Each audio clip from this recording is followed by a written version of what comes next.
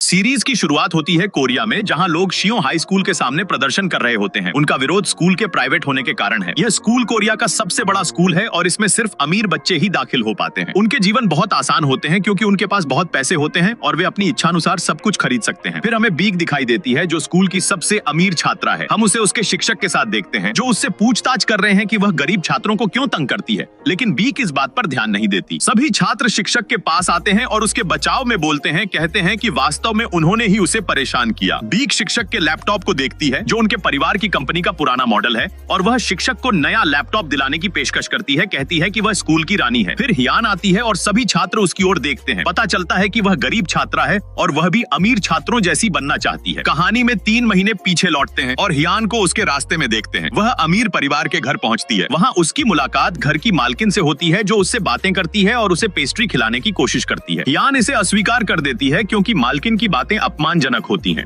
मालकिन हियान को बताती है कि उनके कनेक्शंस की वजह से उनकी बेटी शियो हाई स्कूल में दाखिला ले सकती है, लेकिन उसे डर है कि उसकी बेटी की स्पोर्ट्स में ग्रेड खराब हो सकती है। हियान जल्दी से अपने काम की जगह लौटती है। उसके सहकर्मी उसे बताते हैं कि उसकी दोस्त पहले से इंतजार कर रही थी और वे हियान की मजबूरी देखकर थोड़े परेशान हैं। हियान की दोस्त उसे समझाती है कि गरीब होने के बावजूद, पढ़ाई के बावजूद जीवन में बहुत बदलाव नहीं आ सकता। हियान को स्कूल में पता चलता है कि वह न्यूजीलैंड की भाषा कैंप में नहीं जा पाएगी क्योंकि एक गरीब छात्रा ने स्कॉलरशिप के लिए आवेदन किया और उसे $3000 की जरूरत थी। हियान की दोस्त उसे मदद करने की पेशकश करती है, लेकिन हियान कहती है कि वह कैंप में नहीं जाएगी क्योंकि यह उसके लिए लाभकारी नहीं होगा। वापस घर लौटते समय हियान अपने पिता को देखती है जो पैदल चलते चलते घायल हो गए हैं क्योंकि उन्होंने ज्यादा पैसे बचाने के लिए टैक्सी नहीं ली। हियान अपने भाई से चिल्लाती है और अपने कमरे को सुधारती है। अगले दिन हियान नायोन के पास जाती है ताकि वह अपनी बेटी को गणित पढ़ा सके, लेकिन नायोन में कोई दिलचस्पी नहीं है। वह अपने महंगे बैग के साथ फोटो खींचती रहती है। हियान यह देखकर चौंकती है और कहती है कि यह पैसे का बेकार खर्च है। फिर हियान नायोन को अपना बैग मुफ्त में देती है ताकि वह इसे बेचकर अपनी यात्रा के लिए पैसे जुटा सके, लेकिन नायोन तुरंत बैग खींच लेती है और हंसकर कहती है कि उसके माता पिता हमेशा कहते हैं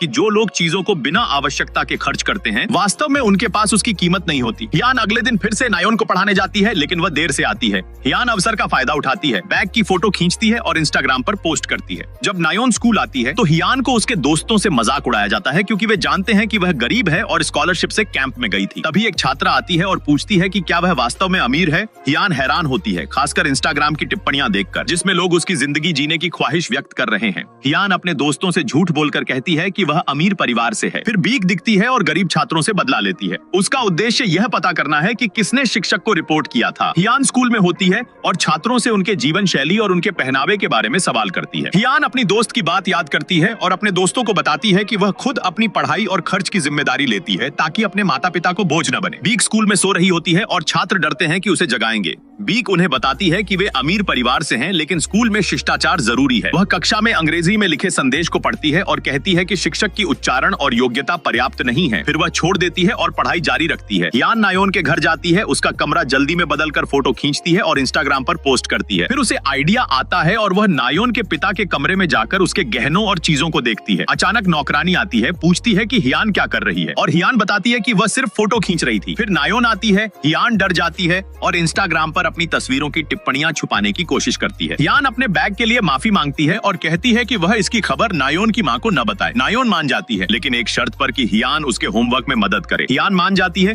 और अपनी दोस्त से मदद लेती है। उसकी दोस्त इस पर हैरान होती है क्योंकि हियान का सपना है कि वह यूनिवर्सिटी जाए और सरकारी नौकरी करे। हियान बताती है कि वह शुरू में नहीं चाहती थी कि उसके दोस्तों के सामने झुके, लेकिन बाद में अमीर लोगों की जिंदगी को देखकर उसे यह अच्छा लगा। नायोन हियान को परेशान करती है क्योंकि हियान उसे सेवाएं देती है, उसे और उसके दोस्तों की तस्वीरें खींचती है और बदले में नायोन उसकी मां को कुछ नहीं बताएगी। इसके अलावा हियान को नायोन का होमवर्क भी करना पड़ता है। हियान कहती है कि इस वजह से उसे पढ़ाई में परेशानी हो रही है, लेकिन अंत में वह मान जाती है और नायोन को कहती है कि यह आखिरी बार है। फिर हियान का एग्जाम का दिन आता है। उसी समय नायोन हियान को फोन करती है और रोते हुए कहती है कि उसने इंटरव्यू की पेपर भूल गई है। वह हियान से उसे लेने को कहती है और धमकी देती है कि अगर नहीं लाई तो वह उसकी मां को बताएगी। हियान मजबूर होकर स्कूल छोड़कर पेपर लेकर आती है, लेकिन जब वह नायोन और उसके दोस्तों की बातचीत सुनती है तो पता चलता है कि नायोन झूठ बोल रही थी और केवल हियान को नीचा दिखाने के लिए ऐसा कर रही थी। हियान बहुत दुखी होकर रोती है क्योंकि वह एग्जाम में लेट हो गई थी। शिक्षक उसे फिर से एग्जाम देने नहीं देते। हियान अपना चेहरा धोना चाहती है, लेकिन बालों के कारण नहीं कर पाती। तभी एक छात्रा हियान पर ध्यान देती है और उसे पोंछने के लिए टॉवल देती है। वह कहती है कि उनके नाम मिलते जुलते हैं।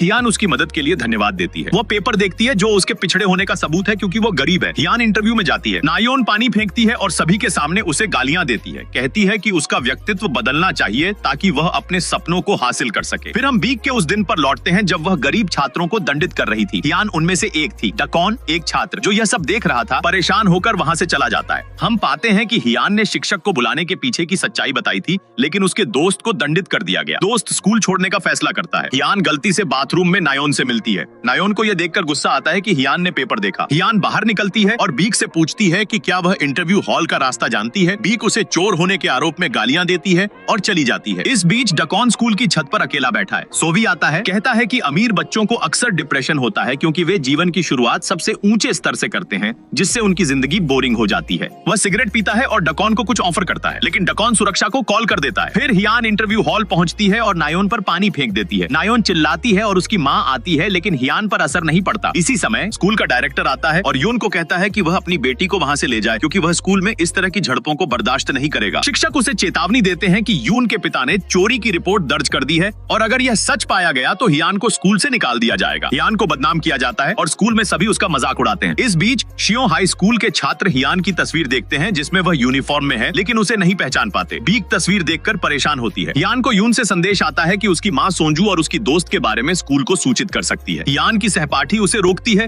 और कहती है कि उसे माफी मांगनी चाहिए। हियान कहती है कि उसने बस यह दिखाया कि वह अमीर है, जबकि वह वास्तव में अमीर नहीं है। हियान शियों हाई स्कूल जाती है, डायरेक्टर से मिलती है और नायोन को स्वीकार करने देती है। हियान माफी मांगती है और कहती है कि वह एक अच्छी और मेधावी छात्रा है। डायरेक्टर बताता है कि अगर नायोन को स्कूल में प्रवेश मिला तो वह बहुत पैसा कमा सकता है, लेकिन स्कूल की साख खतरे में पड़ सकती है। हियान बात करना चाहती है, लेकिन डायरेक्टर इंटरव्यू खत्म कर देता है। हियान इंटरव्यू के बाद बाथरूम जाती है। उसी समय सोवी सिगरेट पीते हुए आता है। हियान उसे अपने कदमों की आवाज सुनाई देती है और वह रोती रहती है। सोवी उसे बाहर जाने के लिए कहता है, लेकिन हियान उसे पकड़कर मारती है। सोवी कहता है कि वह विकृत नहीं है, बस वह सिगरेट पी रहा था। हियान बताती है कि उसने पानी फेंककर नायोन की जिंदगी बर्बाद करने की कोशिश की थी। हियान स्कूल से बाहर निकलती है और सुरक्षा पर अपना नाम दर्ज कराती है। रात में वह स्कूल में वापस कूद कर आती है। लीसू उसका इंतजार करता है और हियान डायरेक्टर की कार दिखाती है। वह देर तक स्कूल में रहती है। सुबह हियान सुनती है कि कुछ शोर हो रहा है। वह देखती है कि वह बहुत ऊंचाई से गिर गई थी, लेकिन डायरेक्टर को यह पता चलता है और उसका मुख्य फोकस अमीर बच्चों की सुरक्षा पर होता है। हियान पुलिस के साथ होती है। वह रोती रहती है और सब कुछ याद करती है। अगले दिन हियान अपने घर जाती है।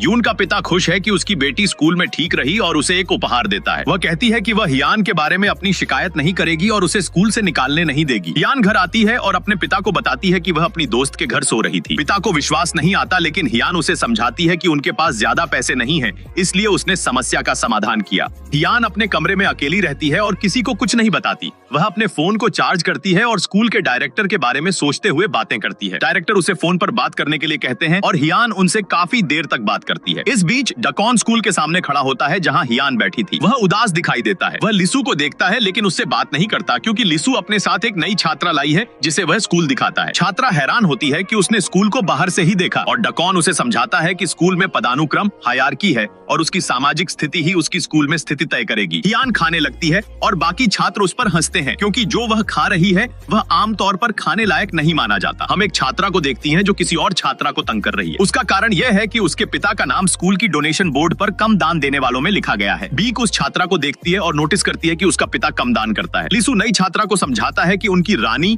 बीक उन लोगों को पसंद नहीं करती जो अपनी स्थिति के अनुसार नहीं खर्च करते। नई छात्रा यह सुनकर हैरान हो जाती है। लिसू बताता है कि उसका पिता एक कॉस्मेटिक क्लिनिक चलाता है और उसने अमेरिका में पढ़ाई की है, इसलिए वह स्कूल की वास्तविक स्थिति नहीं समझती। इसके बाद कुछ लेक्चर होते हैं जो सुसाइड प्रिवेंशन के बारे में है, लेकिन बीक इसमें ध्यान नहीं देती। वह स्कूल को बताती है कि हर किसी को सबक सीखना चाहिए। वह लेक्चर छोड़ देती है। इसी समय हियान अपनी बैग लेती है और स्कूल छोड़ देती है। उसके दोस्त को पता चलता है कि वह शियों हाई स्कूल में ट्रांसफर होने वाली है। हियान अपने काम को छोड़ देती है और जानना चाहती है कि उसने स्कूल में कैसे जगह बनाई। हियान कहती है कि उसने अपने कॉलेज के पैसे का इस्तेमाल किया क्योंकि यह स्कूल उसकी जिंदगी बदलने का एकमात्र मौका है। अगले दिन हियान स्कूल का यूनिफॉर्म पहनती है और खुश रहती है। वह महंगे जूते खरीदती है जो नायोन के जूतों जैसे होते हैं। जूते खरीदने के बाद उसे ग्लानि होती है क्योंकि वह समान मूल्य में कई सस्ते जूते खरीद सकती थी, इसलिए वह सस्ता जैकेट खरीदने का फैसला करती है। इसी समय कोई उसे देख रहा होता है। वह अचानक उससे टकराती है और हियान का जूस गिर जाता है। हियान जल्दी से बाथरूम जाती है यह देखने के लिए कि जूते ठीक हैं या नहीं। वहाँ उसे एक नोट मिलता है जिसमें लिखा होता है कि उसका स्कूल यूनिफॉर्म जन्नत के बाद की नरक जैसी जगह में भी खूबसूरत लगता है। हियान डर जाती है और जल्दी बाहर निकलती है, लेकिन उसे वह लड़की नहीं मिलती जिसने उससे टकराया था। जब हियान बाथरूम लौटती है तो उसे अपना खोया हुआ जूता नहीं मिलता। इसी समय बीक बाथरूम में आती है और उसी जूते को पहनती है। वह हियान से पूछती है कि यह जूते कहाँ से आए, लेकिन बीक नहीं जानती कि हियान किस बारे में बात कर रही है। वह नोटिस करती है कि हियान क्या पहन रही है और कहती है कि स्कूल में उसका चेहरा मत दिखाना। बीक हियान को गालियां देती है और चली जाती है। हियान गुस्से में आकर उसका बाल पकड़ती है और मारती है। थोड़ी देर पहले बीक वही जूते माप रही थी जो हियान ने खरीदे थे। इसी समय स्कूल में उसका कमरा आता है। डकॉन बीक को देखता है और वह जूते पहनकर चली जाती है। पता चलता है कि स्कूल का बीक के पिता से पुराना संबंध है जो उसके माता पिता के अलग होने से पहले था। स्कूल हियान से बात करने की कोशिश करती है और हियान बताती है कि वह वास्तव में उसके बेटे को पसंद करती है और पैसे में नहीं रुचि रखती। बीक इसे नहीं मानती और कहती है कि अगर हियान सच बोलती तो वह उसे सम्मान देती। हियान महंगे फ्रेस्को की तरफ देखती है, उसे छोड़ देती है और जवाब नहीं देती। हियान लिफ्ट में रोती है। जब वह बाहर आती है तो फहान को देखती है जो उसी जूते में है और उनके बीच झगड़ा होता है। हियान का जूता छीन लिया जाता है। फिर वह उसी दुकान पर जाती है जहां उसने जूते खरीदे थे और नया बैग मांगती है क्योंकि उसका चोरी हो गया था, लेकिन दुकान वाली इसे मना कर देती है क्योंकि बैग ब्रांडेड और महंगा था। हियान इसे काले बैग में छोड़ देती है। इसी समय डकॉन अपने पिता के ऑफिस में अपनी लॉकर खोलने की कोशिश करता है लेकिन असफल रहता है। अचानक वह हियान का फाइल देखता है। वह बाहर आता है और उसके पिता से मिलता है जो स्कूल के डायरेक्टर हैं। वह उसके साथ बात करता है और बताता है कि लिसू अक्सर समस्याएं करता है, लेकिन वे उसे पकड़ नहीं पाते क्योंकि वह स्कूल से दूर ही करता है। बीक घर लौटती है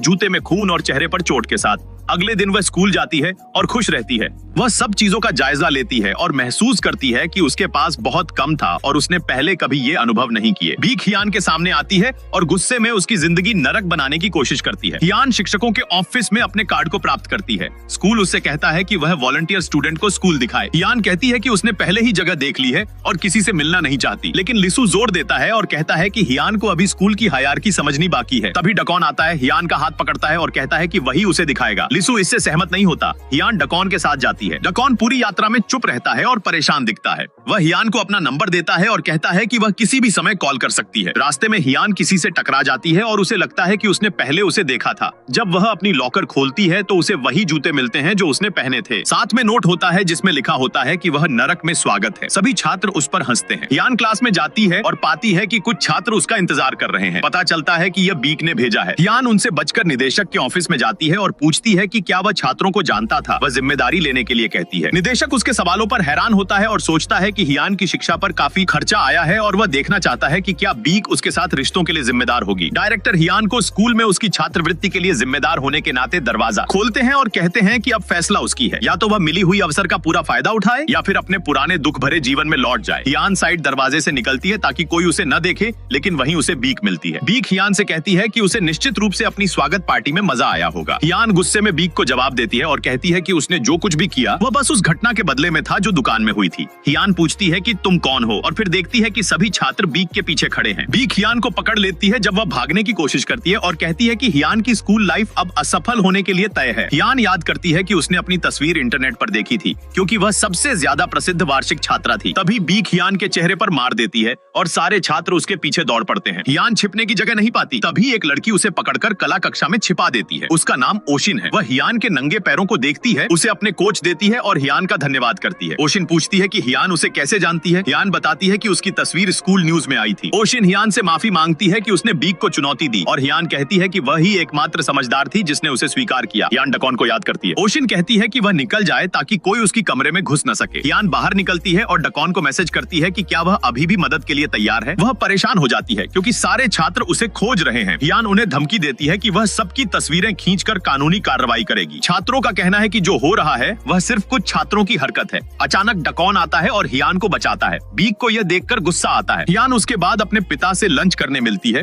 और पता चलता है कि उसकी माँ गर्भवती है और पिता जल्द ही शादी करने वाले हैं। हियान पिता से झगड़ती है और फिर चली जाती है। डकॉन हियान से माफी मांगता है कि छात्रों ने जो किया। वह उसे नए कपड़े दिलाने की पेशकश करता है। हियान कहती है कि वह उसकी गलती नहीं है। हियान अपने पैर का इलाज करवा रही होती है और डकॉन उससे कहता है कि वह वास्तव में उसे पसंद करता है। हियान पहले समझती है कि वह किसी और की बात कर रहा है, लेकिन फिर उसे भरोसा हो जाता है। डकॉन हियान से पूछता है कि वह कौन थी जिसने हत्या की घटना देखी। हियान बताती है कि वह वहां मौजूद थी और वह बदले में क्या चाहती है। अगले दिन हियान डकॉन के साथ स्कूल आती है। वह उसका हाथ पकड़ती है और छात्र उससे उसके रिश्ते के बारे में पूछते हैं। हियान कहती है कि वह दोनों रिलेशनशिप में हैं। डकॉन अपने दोस्तों से कहता है कि वह हियान के करीब किसी को न आने दे। वह लिसू का भी इस्तेमाल करता है और हियान से पहले 2 दिनों की घटनाओं के बारे में पूछता है। हियान कहती है कि वह वास्तव में दिलचस्प है। वह क्लास में जाती है और देखती है कि जो लड़कियां पहले उसका मजाक उड़ाती थीं, अब उसके करीब आने लाने की कोशिश कर रही हैं। वे हियान को एक प्राइवेट गर्ल्स क्लब में आने का ऑफर देते हैं ताकि वह उन्हें सब कुछ बताए। वहाँ पता चलता है कि क्लब में केवल उच्च समाज के लोग मिलते हैं। हियान क्लब छोड़ने की सोचती है, लेकिन सोंजू उसे मनाती है। सोंजू चाहती है कि हियान अमीर लोगों से दोस्ती करे ताकि वह अपने लिए फायदे की चीजें कर सके। सोंजू हियान को महंगा गाउन दिलवाने की योजना बताती है। वह नायोन से गाउन उधार लेने की अनुमति लेती है। हियान सब कुछ तैयार करती है और पार्टी में जाना चाहती है, लेकिन वह डरती है। सोंजू उसे मनाती है। पार्टी में हियान देखती है कि लड़कियां उसे परेशान करने के लिए तैयार हैं। वह कांच का गिलास पकड़ती है ताकि गाउन गिरे नहीं, लेकिन अचानक एक लड़की गिलास फेंक देती है और बीक पार्टी में प्रवेश करती है। हियान समझ जाती है कि उसके लिए जाल तैयार किया गया था। फिर हम उस दिन लौटते हैं जब बीक अपने पिता से झगड़ा कर चुकी थी। वह अपनी माँ के पास जाती है जो मानसिक रूप से परेशान और डिप्रेशन में है। बीक परेशान होती है क्योंकि उसे पता चलता है कि स्कूल उसके पिता को बेटा नहीं दे सकता।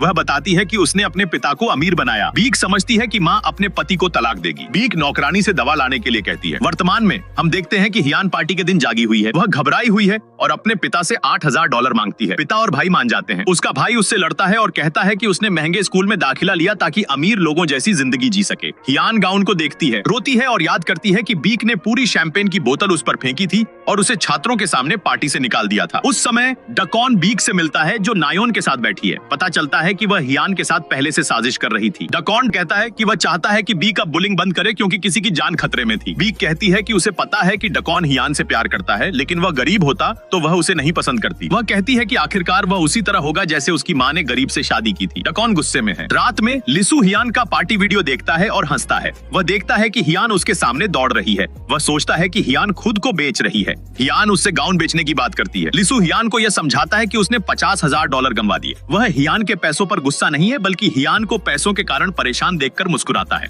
हियान उसे बताती है कि वह पैसों के कारण दूर दूर तक चलती है क्योंकि उसके पास टैक्सी लेने के लिए पैसे नहीं है। हियान परेशान थी, लेकिन उसकी नाराजगी इस बात से नहीं थी कि उसे पार्टी में अपमानित किया गया, बल्कि इसलिए कि वह नहीं जानती थी कि अगर वह गाउन का पैसा नहीं दे पाई तो उसके साथ क्या होगा। वह डकॉन से पूछती है कि क्या वह गलत सोच सकता है अगर उसने बीक को उसकी जगह देखा। डकॉन तुरंत जवाब देता है कि नहीं और फिर चली जाती है, लेकिन लिसु उसे बुलाता है और पूछता है कि उसे कितनी रकम चाहिए। वह हियान को घर तक छोड़ता है। हियान सोचती है कि वह उसे पैसे दे देगा, लेकिन डकॉन चुपचाप उसके साथ चलता है। हियान घर लौटकर पैसे इकट्ठा करने के लिए काम ढूंढती है, लेकिन असफल रहती है। अगले दिन स्कूल में हियान को छात्रवृत्ति के बारे में बताया जाता है और उसे सलाह दी जाती है कि वह सोचकर चुनाव करे। हियान ऑफिस से निकलती है और बीक से मिलती है। बीक कहती है कि चाहे हियान कुछ भी करे, वह उसकी असली कीमत नहीं बदल सकती। बताती है कि लोग हर दिन उसके चेहरे पर कुत्तों की तरह भौंकते हैं ताकि उसे उसकी जगह याद दिला सकें, लेकिन असली स्थिति को नहीं जानती। हियान कहती है कि उसके पास सब कुछ है, फिर भी उसे किसी जैसी कोई चीज नहीं मिली, जिसका मतलब है कि वह अधूरी है। कहती है कि अगर वह सच में कोई कीड़ा जैसी होती तो वह उसे कभी समय नहीं देती। बीक हियान से कहती है कि वह उससे इतनी नफरत करती है कि वह चाहती है कि हियान मर जाए। हियान से कहती है कि उसे ऐसा मान ले कि वह मौजूद ही नहीं है। बीक हियान को स्कूल छोड़ने का ऑफर देती है, बशर्ते वह गाउन का पैसा दे और हियान को सोचने के लिए 1 हफ्ते का समय देती है। अगर हियान उस हफ्ते से पहले स्कूल छोड़ देती है तो उसे एक बड़ी पुरस्कार राशि मिलेगी। अगले दिन हियान बस का इंतजार करती है और बीक उसके सामने खड़ी होती है। हियान सोचती है कि 5 दिन बाकी हैं। डकॉन आता है और उसके साथ बैठता है। वह परेशान नजर आता है और पूछता है कि हियान पार्टी में क्यों गई और क्यों लोगों ने उसे परेशान किया। वह उसे बताती है कि ऐसे लोग बस शांत रहें और ध्यान न दें। डकॉन उससे पूछता है कि हियान को मारने वाला कौन था। हियान कहती है कि उसका नाम हियान जैसा है, लेकिन वह कभी हियान जैसी नहीं होगी। वह कहती है कि वह भी गरीब थी, लेकिन कभी किसी से कुछ मांगती नहीं थी। हियान बताती है कि उसने शुरुआत में हत्या करने वाले की पहचान उजागर नहीं की थी। वह केवल छाया देखी थी और हत्या करने वाली लड़की थी। डकॉन हैरान होता है और कहता है कि अगर वह स्कूल में शांत रहती तो हियान की हत्या क्यों हुई। हियान कहती है कि डकॉन वह लड़की नहीं बचा सका और उसे ध्यान रखना चाहिए था। हियान स्कूल पहुंचती है और ओशिन से मिलती है जो उसे नाश्ता करने के लिए बुलाती है। हियान सोचती है कि स्कूल में ऐसा कोई परी जैसा भी हो सकता है। ओशिन कहती है कि वह उतनी अच्छी नहीं है जितनी हियान सोचती है। हियान कुछ चिंतित होती है, लेकिन अंततः ओशिन की मदद से उसे सही रास्ता मिलता है। हियान लिसु को संदेश भेजती है और वह हियान को पैसे देने के लिए तैयार हो जाता है। वह हियान से कहता है कि वह 2 हफ्ते में पैसे वापस करेगा और अतिरिक्त $2,000 देगा। वह हियान को काम करने का ऑफर देता है, लेकिन हियान जवाब नहीं देती। डकॉन अस्पताल में हियान से माफी मांगता है कि वह देर से आया। वह सोचता है कि जब हियान ने कुछ नहीं बताया था और मदद नहीं दी थी, तब उसने अपने पिता और बीक से झगड़ा किया था। डकॉन को अब पछतावा होता है कि उसने हियान को चोट पहुंचाई और उसे पीड़ित की तरह समझा। हियान अपने गाउन के सामने अपने अहंकार को छोड़ देती है और फोटो खिंचवाती है ताकि ज्यादा पैसे मिल सके। डकॉन उसके पिता के ऑफिस में कंप्यूटर खोलता है, लेकिन कुछ नहीं मिलता। हियान घर लौटती है और सपना देखती है कि हियान उसके सामने गिरती है। वह उठती है और देखती है कि गहना उसके सामने है जिसे उसने भूल लिया था। अगले दिन बीक की सास स्कूल आती है। बीक उसे बुरा बर्ताव करती है और कहती है कि हियान ने उनके घरों को बर्बाद कर दिया। बीक सास को बताती है कि वह डॉक्टर के पास गई थी और बच्चे का स्वास्थ्य ठीक है। बीक कहती है कि उसका बच्चा कंपनी का एकमात्र उत्तराधिकारी होगा और अब कोई उसे नीचा नहीं दिखाएगा। हियान बीक से दूर रहती है और बीक को स्कूल से दूर ले जाने को कहती है। हियान उसे पानी देती है और बताती है कि उसे लगा यह सिर्फ ड्रामों में होता है, लेकिन असल में बहुत बुरा है। बीक कहती है कि उसे दया से सबसे ज्यादा नफरत है और वह ऐसे लोगों से नफरत करती है जो दिखावा करते हैं। हियान हैरान होती है और पूछती है कि क्या बीक उसे सांत्वना देने आई थी। बीक पैसे फेंक देती है और कहती है कि वह जानती है कि हियान नायोन के साथ थी। हियान याद करती है जब उसने अपने कपड़े बदल दिए थे ताकि पैसा ले सके। हियान बीक से कहती है कि उसे अकेला छोड़ दे क्योंकि वह स्कूल खत्म करके अपनी अभिशप्त जिंदगी बदलना चाहती है। बीक हियान से कहती है कि वह पागल है। हियान उसके पास आती है और पूछती है कि क्या उसने सोचा कि वह स्कूल की सबसे डरावनी लड़की है, लेकिन वास्तव में वह दुनिया की सबसे खतरनाक जादूगरनी है जिसके पास खोने को कुछ नहीं है। बीक कहती है कि उन्हें शांति से रहना चाहिए क्योंकि भविष्य में वह उसकी मैनेजर भी हो सकती है। बीक कहती है कि हियान ने आत्मसम्मान खो दिया है। हियान कहती है कि वह पहले ही उसे सम्मान की कूड़ेदान में फेंक चुकी है। हियान स्कूल लौटती है और पाती है कि छात्र उसे अकेला छोड़ देते हैं। डकॉन उसके पास बैठता है और पूछता है कि बीक के साथ क्या हुआ। हियान कहती है कि वह शांत रहे और ध्यान न दे। डकॉन हियान का हाथ पकड़ता है और उसे छत पर ले जाता है और कहता है कि अगर वह उसकी मदद करेगी तो वह उसका साथ देगा, लेकिन हियान मना कर देती है और कहती है कि उसने सब कुछ बता दिया है। वह चली जाती है, लेकिन फिर भी जब डकॉन कहता है कि हियान नहीं जानती कि उसके पिता क्या करेंगे अगर उसने हत्यारे को नहीं देखा, तो हियान गुस्से में आ जाती है। वह पूछती है कि क्या डकॉन उसे धमका रहा है। डकॉन उसे बताता है कि वह हियान से वह सब नहीं मांगेगा, बस यह सुनिश्चित करेगा कि हियान उसके सामने छात्रों के बीच जुड़े रहे और उसके पिता के व्यवहार पर नजर रखे कि क्या वही लड़की जिसने शक किया था वही सब किया। हियान इसे मान लेती है और चली जाती है। उसे तब विश्वास होता है जब किसी ने उसे वीडियो भेजा जिसमें उसने लमिन के सामने गिरते हुए खुद को संभाला था और वीडियो धमकी देता है। हियान ओशिन के साथ जाती है और महसूस करती है कि वह बदल गई है। ओशिन उसकी डायरी पर लिखती है और पूछती है कि वह ठीक है या नहीं। हियान बात नहीं करती और अपने भीतर चिंतित रहती है। हियान वह लड़की याद करती है जिसने उसे टक्कर मारी थी और वह धमकी भरा पत्र खोलती है। उसे पता चलता है कि पत्र में लिखा हुआ हाथ का निशान ओशिन का ही है। फिर समय में पीछे जाते हैं और देखते हैं कि ओशिन 1 साल पहले डोनेशन बोर्ड के सामने खड़ी थी। वह देखती है कि कामगार उसके पिता का नाम हटा रहे हैं क्योंकि वह भ्रष्टाचार के कारण जेल गया था। ओशिन उन पर चिल्लाती है और एक लड़की को मारती है जो ड्रग्स ले रही थी। वह कहती है कि वह हमेशा उससे ऊपर रहेगी भले ही उसकी स्थिति खराब हो। इसी समय बीक आती है, ओशिन का हाथ पकड़ती है और पेन से मारती है। ओशिन हैरान होती है क्योंकि वे पहले अच्छे दोस्त थे। बीक बताती है कि उसने कहा था कि दोस्ती करने के लिए इंसान को उसी समाज की होना चाहिए। इसका मतलब है कि अब वे दोस्त नहीं रहे क्योंकि ओशिन का परिवार अब अभिजात वर्ग से नहीं था। ओशिन कहती है कि बीक ने उससे जो किया वह कभी नहीं भुलाएगी और हमेशा कृतज्ञ रहेगी। बीक कहती है कि वह इसका इंतजार कर रही थी। वर्तमान में बीक ओशिन को रोकती है और हियान से उसकी दोस्ती के बारे में पूछती है। हियान को पता चलता है कि ओशिन ने हियान की हत्या के पीछे की सच्चाई छिपाई है। बीक हियान को सुरक्षित रखने का वादा करती है और उसे धमकाती है कि अगर वह कुछ गलत करे